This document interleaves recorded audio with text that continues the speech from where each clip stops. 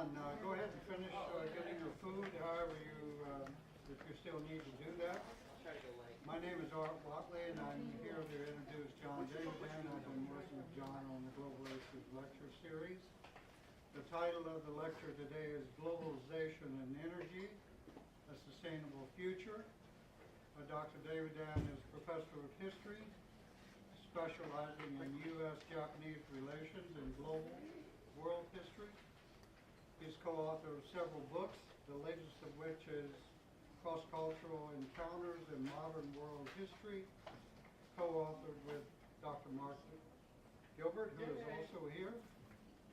Dr. Davidann is interested in critical global issues, founded the Global Issues Lecture Series, and regularly teaches a history of oil course and a history of economic crisis course. Dr. Davidann. Thanks very much, Dr. Watley.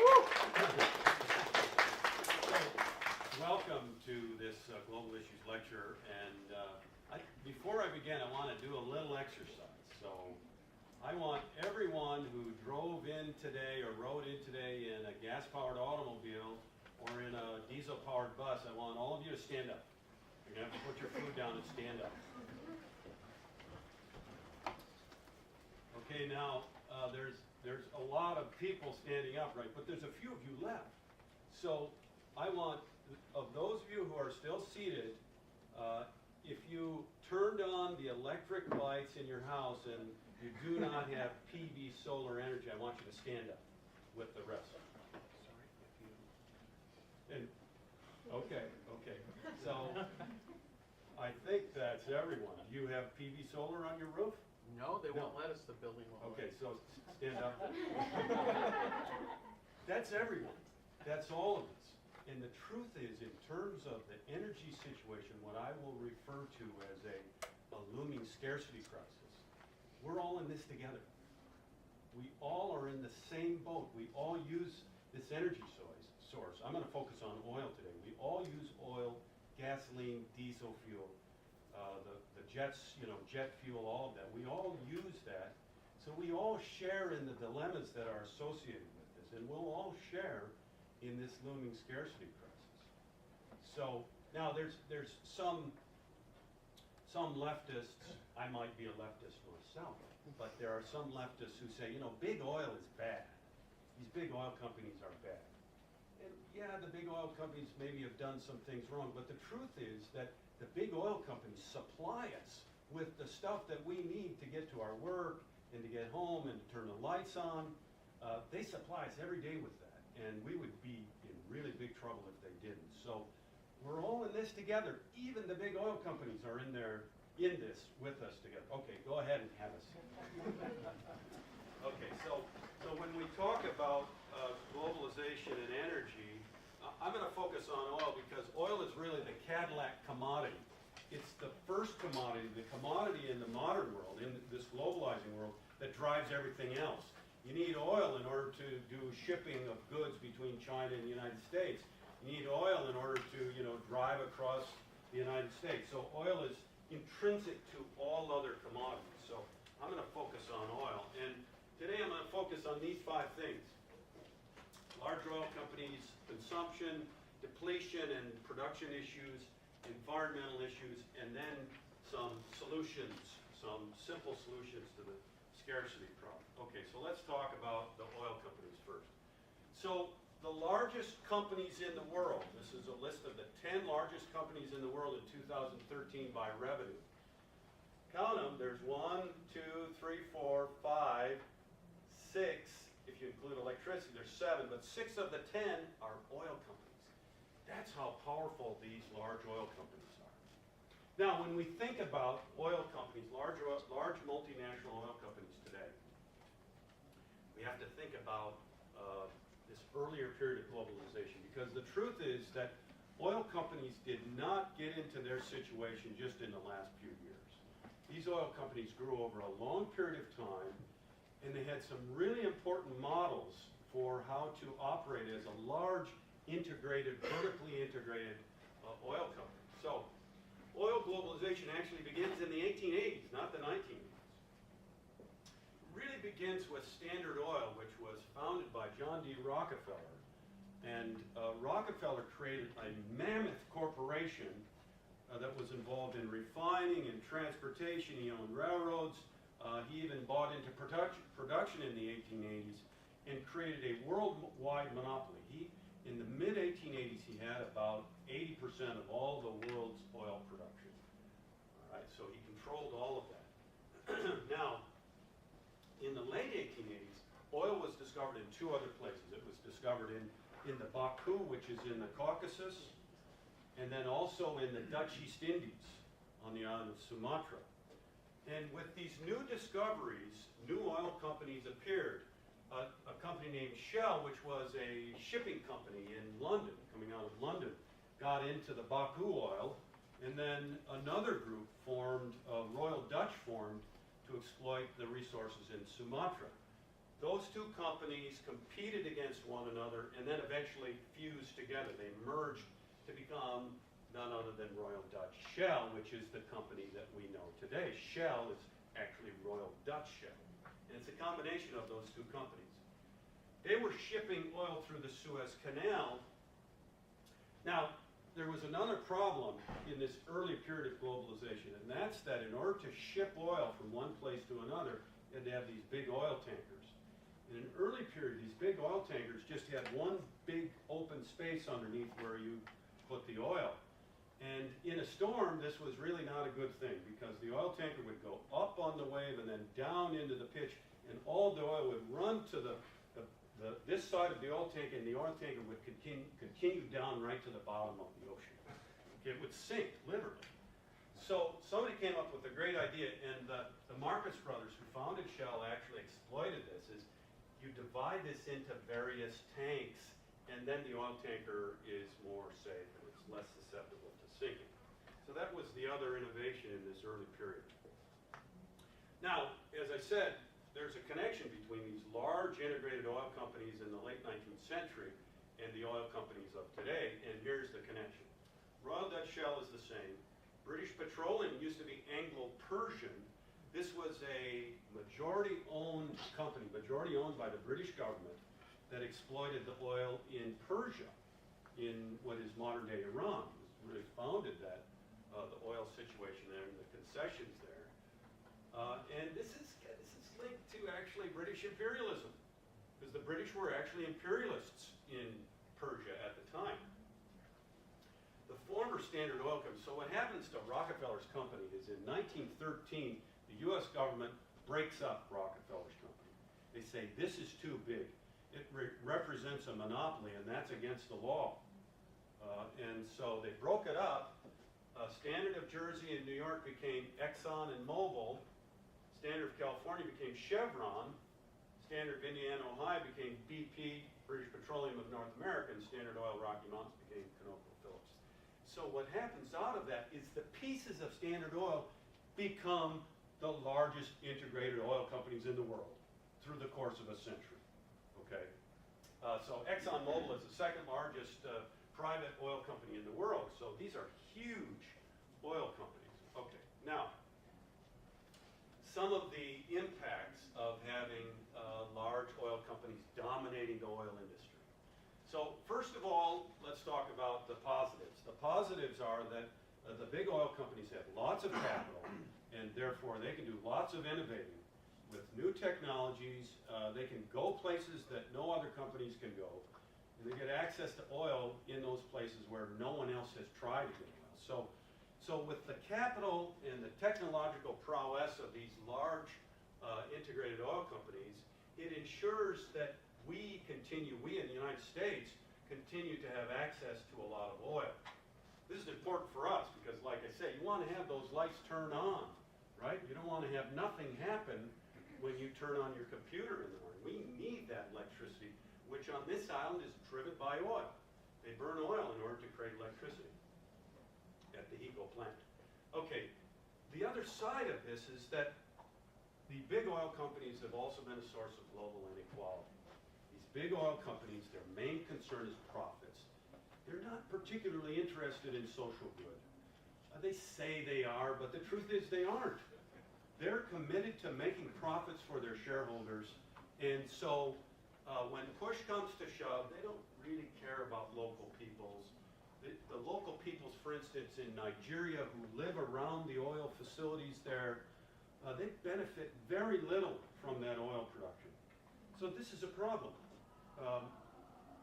These people remain impoverished, sometimes even more impoverished, because one of the things that happens, that has happened in Nigeria and elsewhere, is that these oil companies, there are spills and pollution happens, and then the livelihood of the people who live in those areas, for instance, fishing or farming, they can't do it any longer because the fields are spoiled with oil, or the ponds or the rivers are spoiled with oil. So this presents a problem for these local peoples, and it stirs resentment and political violence. So if we go back to Nigeria, then an organization actually formed in Nigeria, a kind of eco-terrorist by the name of MEND, and they actually have attacked oil facilities there, and they've stopped production. They're taking it out on the oil companies because they're terribly resentful about the situation that they're in.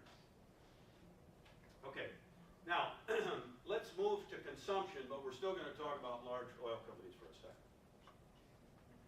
When we talk about consumption, of course, we all consume oil in a lot of different forms, and we have to take responsibility for that. On the other hand, the large oil companies have been very important in creating demand. So what happened in the early 1900s, in 1899, the United States took the Philippines as a colony. And this was an entree for Rockefeller and Standard Oil to open a new market to the kerosene that Rockefeller was producing. So Rockefeller handed out blue Standard Oil cans, these simple cans that Filipino people could use to go and buy Standard Oil kerosene and put the kerosene in the cans. He gave away the cans to produce a market so that he could hook these people on Standard Oil kerosene. Okay. The 1930s and the 50s, Standard Oil of California and GM combined. They went together on this deal, and they bought out trolley lines. And then they pulled up the tracks, they dumped the trolley cars, and they promoted cars, automobiles. Here you can see a big pile of trolley cars that have been taken out to the junkyard. So they're creating demand, but I wish they hadn't done this, honestly, because then we would have other options in terms of transportation today. And then, of course, the famous one, movies have been made about this. GM and its ill-fated first electric car that it backed out of in 2001. So oil companies are also in the process of creating demand. Now let's turn to the demand issue, and let's talk about it in terms of, let's look at some graphs and talk about it. When we look at oil demand for the last 20 years, okay, from 1995, what we see is a pretty dramatic increase from 70 million barrels per day to about 90 million barrels today consumed. Okay? In the United States, we consume about 18 million barrels a day, but globally, 90 million barrels a day. That's a lot of oil. And in particular, you notice a big jump up in this area, and that brings up a question as to why that happened. Here's why it happened. You see tremendous demand increase between 2006 and 2011 in these developing countries, especially India and China. So we're in a new situation in terms of global demand for oil. That new situation has been created by these emerging economies. You've heard of the so-called BRIC, Brazil, Russia, India, China. Okay, 2 of those 4 are actually on this. Brazil is also creating more demand. Russia is also creating more demand. So the old situation is not going to apply as much because we've had a dramatic increase in demand for global oil. Okay? Now, when we look at projecting this demand out, we can see by 2025, this is one estimate. We don't actually know what's going to happen. But it looks like by 2025, we could be using up to 120 million barrels per day. Okay, and that's an astonishingly large figure. It frightens me, and I've been studying this a long time. And you can see the source of the demand, it's mostly the other. According to this projection, the United States will also be increasing demand. In the future, we're looking at a situation where demand is going to be very high. Now let's switch to the supply side. Let's switch to the production of oil. And in the production of oil, there's been a theory floating around since the 1950s that's called peak oil theory. This is a theory that's particularly attractive to those on the political left who are, criticizing big oil companies and who believe that we're going to run out of oil. So their idea, the peak oil theory, is that oil production will peak, and then after it peaks, when it comes down on this side of the curve here, there's going to be real trouble here. Prices will increase dramatically. There will be a lot of competition for the oil that's left. There could be wars, regional conflicts, maybe even a global conflict, maybe even a nuclear holocaust. Okay, that's pretty severe, I know. But that's some of what the peak oil theorists are talking about. Peak oil theory was founded by a guy named M. King Hubbert. Hubbert was an oil geologist, and he sat around doing equations. He was a mathematician. And so Hubbert comes up with this idea, and he says in the 1950s that by 1970, the United States oil production will have peaked. When did the United States oil production peak? 1970. So he was right on the money. Now, what's interesting is some things have changed since the 1970s, and so we're going to look at that as well. When we look at what other people are anticipating or predicting in terms of production, these are three different estimates by some really important people in terms of the oil industry and the government. Pardon me. Let's take Matthew Simmons first. Simmons runs an oil bank. Okay, he runs an international bank that funds oil companies. But Simmons has also become an oil pessimist. He's a peak oil theorist. Okay, so he believes this was created in 2004. He believed at that time that oil production would peak in 2010 and it would decline thereafter by 2015 to 80 million barrels a day and downward, and so, we would begin to be in big trouble real soon. That was a frightening prediction. Now, the U.S. Energy Department says no peak oil, not in the near future. Okay, they estimate by 2010 we would have been producing 96 million barrels a day. And then Daniel Yergin, who is an oil optimist. Daniel Yergin wrote a very important book on oil, and he also is the president's advisor on energy. President Obama's advisor on energy. So he's a really important guy. Daniel Yergin predicted that by 2010 we would be producing 102 million barrels of oil per day and up from there. Okay, which one of these guys is right? Which one do you think? Let's do a show of hands. Okay, Simmons, raise your hand if you're for Simmons. Okay, a late one there. U.S. Energy Department. Okay, it's the government. You don't believe what the government has to say, right? Okay, Yergin, raise your hand if you think Yergin is right. Okay, we're all hoping Yergin is right. Okay, let's have a look at what really happened. 2010 here, this is kind of the date that they used. In 2010, we're looking at production, the blue line. The blue line is running up about 86 million barrels. Okay, so as a technical matter, Simmons is closest here in 2010, but 2015 Simmons says 80, and the truth is, wrong way. The truth is by 2015 it looks like we're going to be at 92 to somewhere in here, 92 to 94 million barrels. So here's the thing about the peak oil theory. This graph is going up. There is no bell curve here. In terms of production, again, which is the blue line is going up and up. So we're not at an era of peak oil yet globally, okay? And we'll talk about why in just a second. But so peak oil is, we're not there yet. But there's something else. That's why I call this the real depletion story. There's something else going on here with this graph. And I want you to look very carefully at the graph. It's a complicated graph. This is production, okay, the blue line, and this is consumption, the brown line.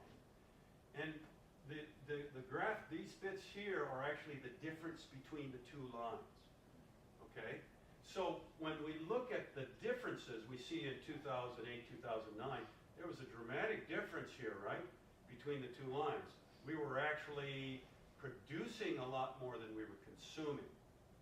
Well, this is actually because we had a recession in 2008. And so whenever you have a recession, oil consumption goes down. It flattens out and it depresses, okay? So there's no surprise here. That's not really telling us anything we don't know. But when we look into the future here, then we can see that when it hangs down below, that's not good. That means we're actually consuming more oil than we're producing in that particular quarter, okay? And so, and the lines are very tight, they're very intertwined, so even when this is not the case, it is also true that we do not have a large gap. We have a very small gap between what we produce and what we consume. Now, if we project this back to the 1990s, in the 1990s, this gap between production and consumption was large. We produced a lot more oil than we consumed. In fact, the Saudis and some other very large oil producers actually shut down fields because they felt that we didn't need them, and it was to produce that much oil was just depressing the price of oil. Okay, so they wanted a little higher price, so they shut down production. So in this earlier time period, you have a large gap, and it's a positive gap, like this one here. Actually, yeah, like this one here, okay? But in this time period, the gap has shrunk and almost disappeared, especially here, right? So what that means is that we're producing about as much as we're consuming. That's good. We haven't peaked yet, but we don't have a lot of extra. Okay, so if something bad happens, let's say, somebody put some dynamite under the Saudi oil fields, right? This would be very bad. The Saudis produce a lot of oil. We don't have any gap. Well, the Saudis say that they're a gap producer. I'm not sure they are anymore because of the rise in global demand. What it means is that we're in a situation, I think going forward, we're going to see the same situation. We're in a scarcity situation for oil. We're continuing to produce more oil, but we're continuing to consume more oil. And so the price of oil is going to stay high, and we're going to be in this situation for a long time. Another way to think about this, oil inventories used to be 6 months. Well, an oil inventory is the amount of oil that's been pumped out of the ground but has not been used. Okay? Used to be 6 months. Now those oil inventories are 3 months. They've been cut in half.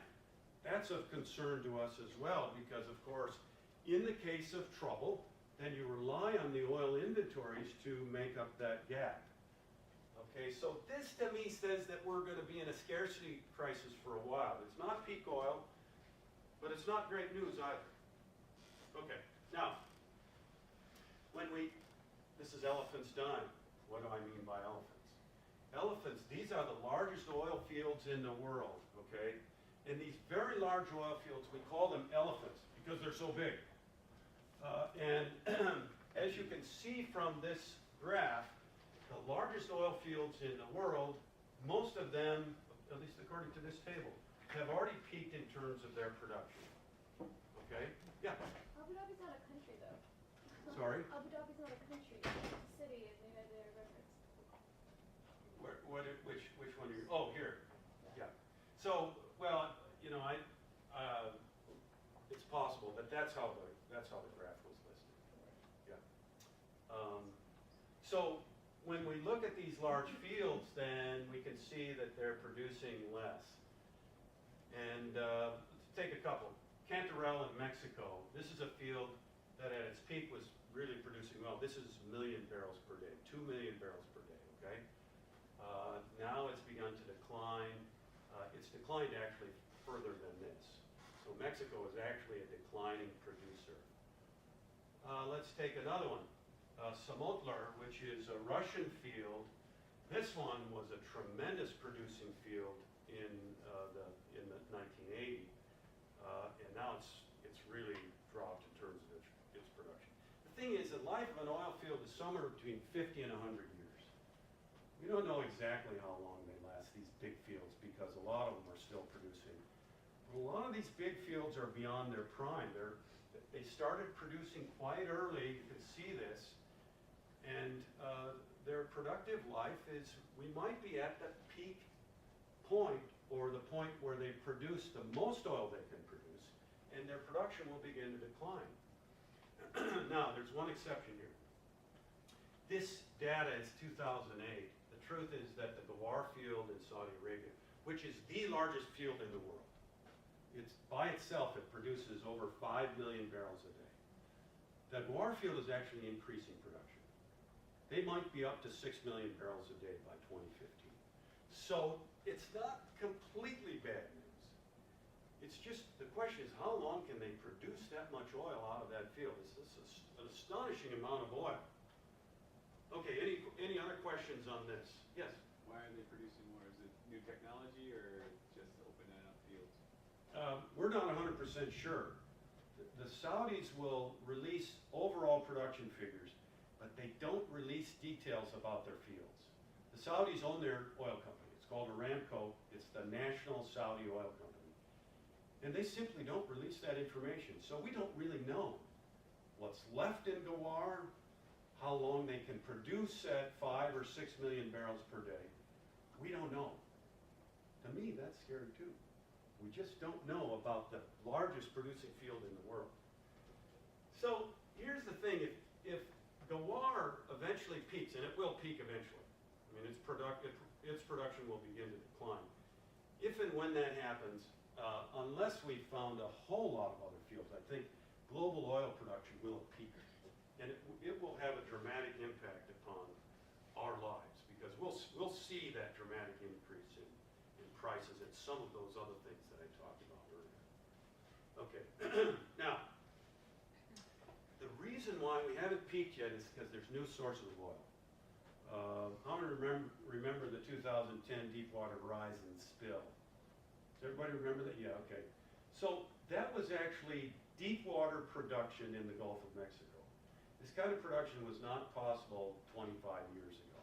Now you can actually produce oil by drilling down. You can be 15,000 feet above the seabed, drilling down and drill down another 15,000 feet to the source of oil. That's actually technologically feasible now. You can do that.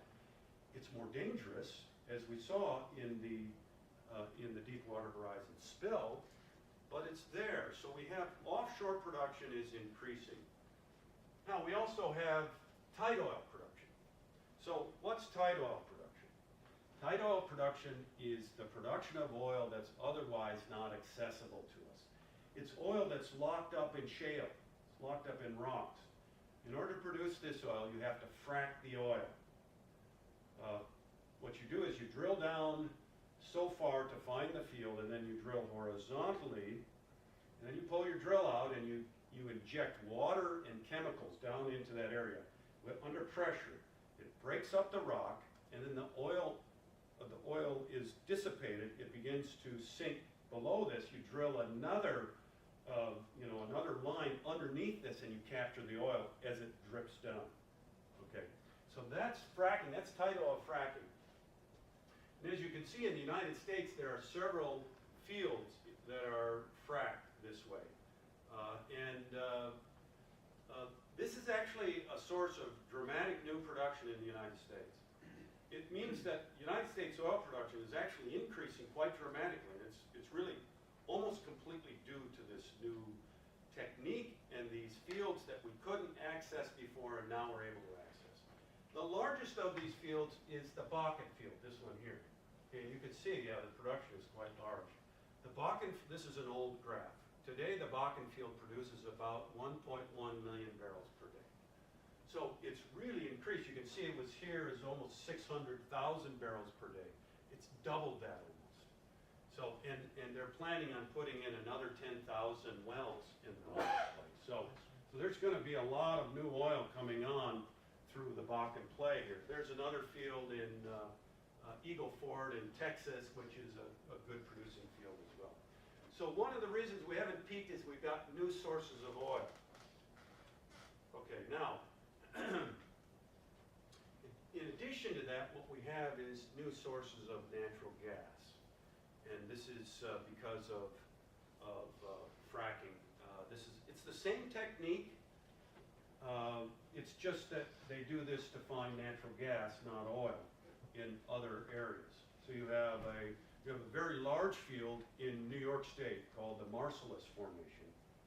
And this is where there's a lot of natural gas fracking going on. And so the natural gas fracking has really dramatically increased. This is an estimate of how much the world is going to increase in its supply of natural gas in the next 30 years. And you can see the United States is going to increase dramatically. And then Eurasia is going to increase dramatically. So these new technologies have allowed us to increase production, have allowed us to stave off peak oil, right? Everybody understands that. They can actually, right now we're staving off a peak oil situation. So when we look at the kind of the overall situation, it looks like we're going to be producing with this new production and some of the liquid natural gas, which is that blue line. We're going to be producing somewhere in the range of 110 to 120 million barrels a day. We might actually be able to meet the consumption levels that are estimated. But we might not. Okay. We just don't know. I mean, it really depends on how quickly China and India and Brazil and some of these other economies grow. How much gas and oil are they going to demand from us? Now, in the United States, we have there's kind of a silver lining. So let's talk about that for a second. In the first graph, what you see is an estimate of how much oil the United States is going to produce. That's the black line. And then Saudi is the orange and Russia is the blue line. And according to this graph, we're going to actually overtake Saudi Arabia and Russia in terms of production in the next 10 years. Okay, I don't think we will actually, but the good news is that we're actually producing, now this is just American, we're producing more oil and demand is decreasing. And it's estimated that it will decrease even more. I'm not sure about that either, but really it has decreased. Before the 2008 recession, we were consuming about 22 million barrels a day in the United States. Now we're consuming about 18 million barrels a day. That's 4 million barrels per day. That's pretty doggone good. That's because you guys decided, hey, I'm going to ride my bike instead of driving my car. I'm going to buy a car that uses less fuel. Okay, that's really a good bit of that is consumer discretion, and the recession itself, of course, drove down consumption. Okay, so the thing here is that the news for the United States is not quite so bad or maybe dire as the rest of the world. We're lucky. We've got high technology corporations that have been able to deliver us new forms of oil. And there's something missing here, right? And that's the cost of this new oil. So here's some principles. Whenever there's new oil production, there will be oil spills. Wherever there's oil transportation, there will be oil spills. Scientists for oil companies claim that the effects of the spills are eliminated within 3 to 5 years. We'll see about that. We know from experience that it takes longer. Okay, in 1989, the Exxon Corporation sailed a tanker into the Prince William Sound in Alaska. This was a depot where they dropped off the oil from the North Slope. The oil tanker captain was drunk, okay, and he ran the tanker aground onto a shoal. And the resulting spill was devastating for wildlife and for the natural environment and actually the human environment. in Valdez, Alaska. So here's what happened to the natural environment. You can see foul birds and foul beaches there. This was done in 2008, I believe. It's almost 20 years after the spill. And these are the places where there's still Exxon Valdez oil, where there's still oil that exists there.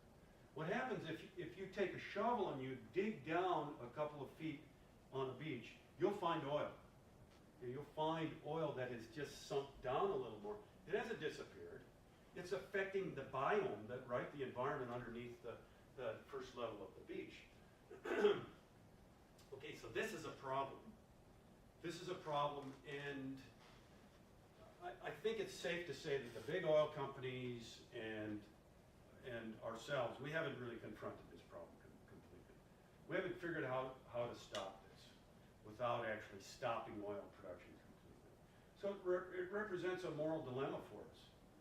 Are we willing to sacrifice our natural environment for the sake of getting in the car and driving it down the road every day? It's not that simple, I admit, but there is something to that question that we have to examine. So remember, we're all in this together, right? You all stood up. Okay. Now, fracking is also a big problem. This is actually a list, it's a partial list of additives that are put in the fracking, when they put the pressurized water down the drill hole and they pressurize it, they have to put chemicals down it. And this is actually a partial list of the chemicals that are put down it. It just goes on and on and on. This is a partial list. So, and there's some of the nastiest stuff known to man and woman in this list. I mean, it's astonishing. It's not good. So we've got that problem, and so the question is, what do you do with this stuff? We'll look in a minute at some of the other impacts of fracking. What do you do with this stuff? In some places, you can inject it back down after you're done into the rock formations. This is not that great, but it's better than some options. In other places like the Marcellus Formation, where you cannot inject it back down because the rock is very soft, you actually have to leave it above ground, and so they dig these big pits, these open pits where they just dump the wastewater. And everybody around it gets sick because these chemicals get up into the air, they waft into the air on a warm day, and pretty soon you're breathing in benzene and you're breathing in this other stuff. And farm animals have died from this. Human beings have gotten sick. And in fact, in one case, this woman, single mom with kids and farm animals, her farm animals died. She had to move away, and it was a farm that was in her family. So the effects of this can be pretty dramatic. Now, North Dakota, which is where the Bakken play is, this is a tight oil play. This is the result of spill here is that some of this oil caught on fire and was burning. Okay, there's also this issue, the issue of chemicals in the groundwater, the water that we drink. Now, studies have shown that this is a very small problem. But here's the problem with studies. Some states do not report data at all. Texas does not report data to the national organization that actually studies this. There are some other states that simply, they don't report any data on this. So we really don't know how big of a problem this is. But this is what happens when chemicals get into your groundwater.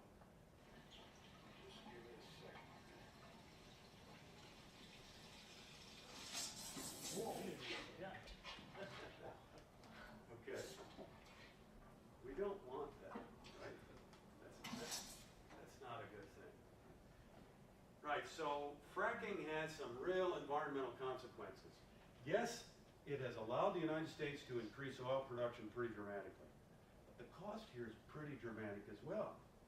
Okay, so in a globalized oil situation with increasing demand, we're going to have to make some choices in the future. Okay, let's talk. I'm going to wrap up here talk about the scarcity scenario and what we can do. So first of all, I think we have to understand our role. I think what I did at the beginning of this is really important, that we be self-conscious about our role in this situation, okay? And I think we also have to resist the temptation to relax because the United States is now producing more oil. What we can do, we can conserve, we can ride a bicycle instead of driving a car, buy a car that gets higher gas mileage, recycle and be aware of the environmental cost of plastics, which is of course made with oil, and then invest in renewable energy. And here's my own solution. I used to drive a Mercedes, okay? I got rid of the Mercedes and I bought a Prius. It was a sacrifice on my part. I don't want you to feel sorry for me. That'd be kind of pathetic, but no, this thing is a great car and it gets great gas mileage. So look into a Prius. They have them used now, so they're relatively inexpensive.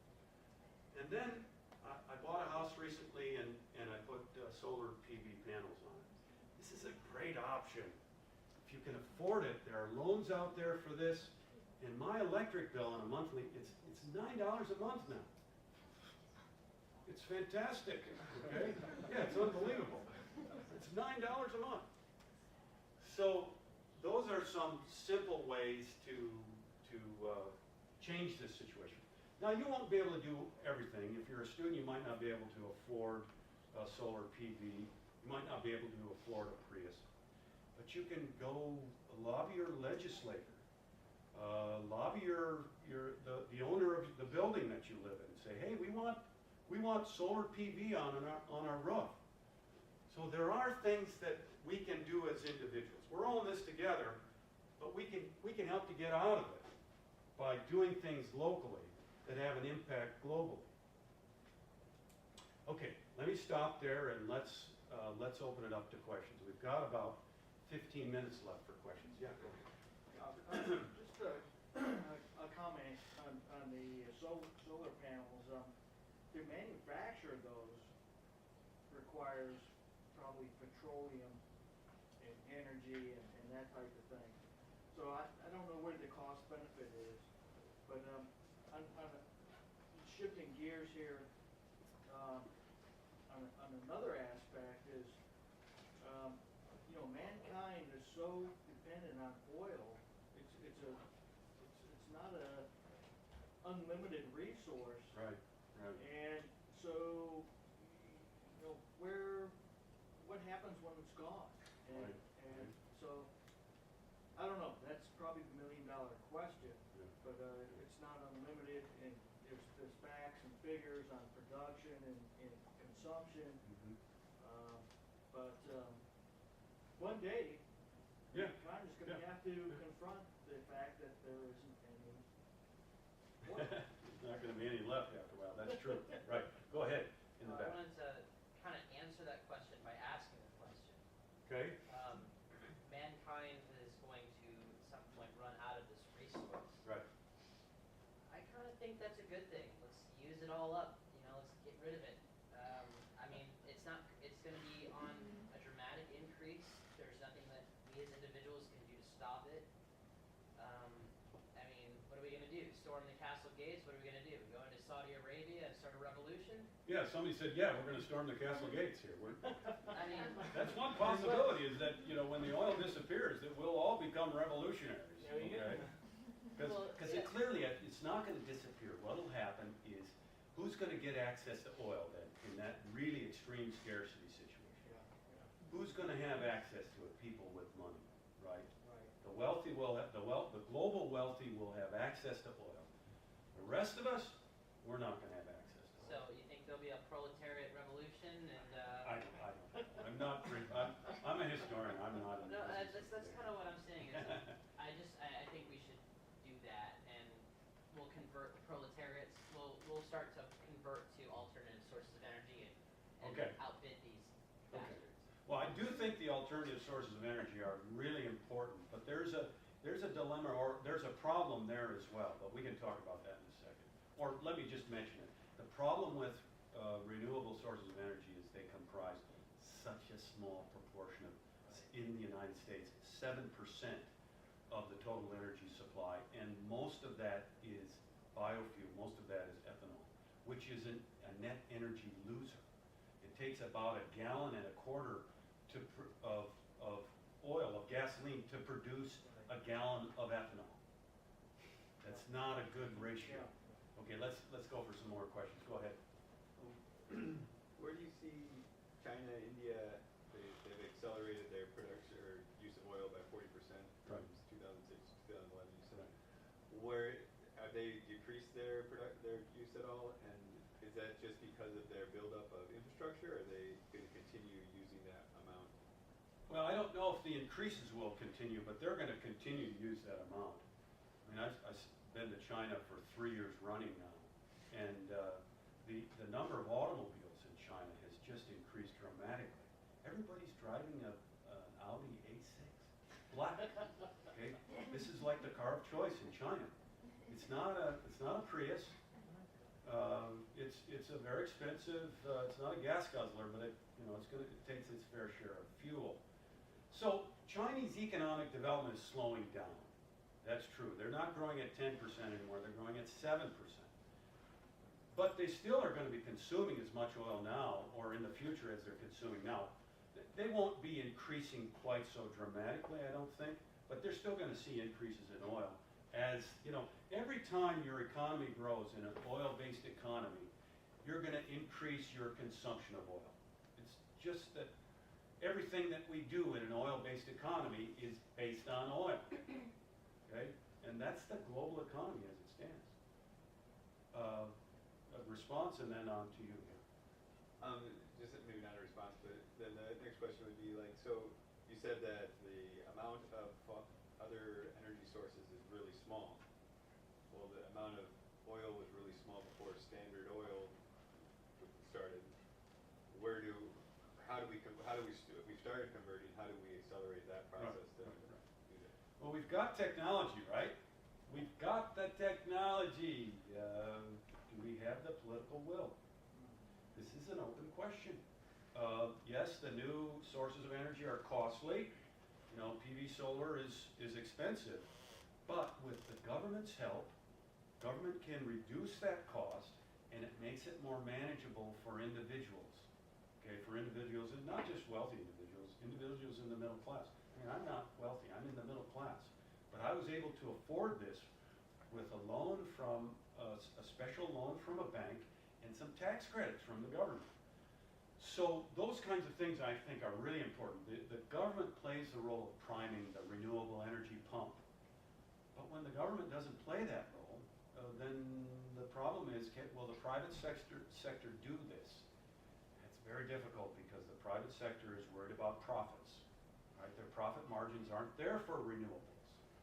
So the government has to step in and prime this pump. Yeah, go ahead.